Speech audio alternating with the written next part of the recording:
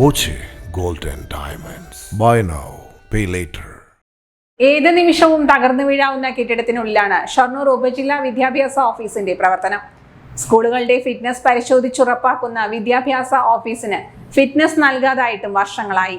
സർക്കാർ പ്രസിന്റെ ഉടമസ്ഥതയിലുള്ള central book depot പ്രവർത്തിക്കുന്ന 100 വർഷത്തോളം പഴക്കമുള്ള കെട്ടിടത്തിന് മുകളിലാണ് AEO ഓഫീസ്.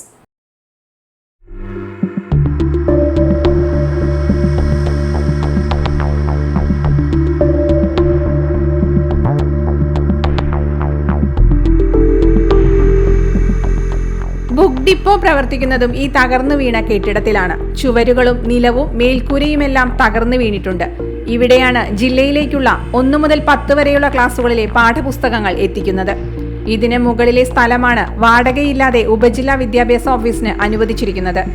കഴിഞ്ഞ മാസം AEO ഓഫീസിലെ ജീവനക്കാരന്റെ മേൽക്കൂര തകർന്നു വീണ് അപകടമുണ്ടായി.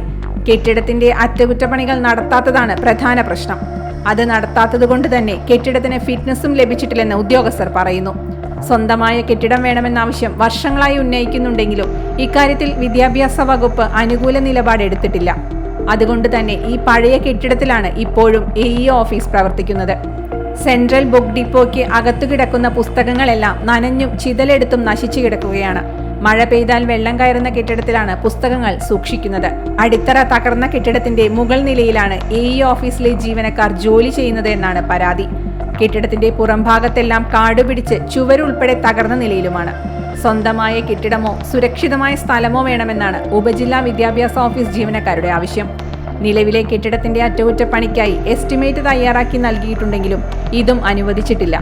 ഇക്കാര്യം പരിഹരിക്കാൻ നടപടി വേണമെന്നാണ് ആവശ്യം.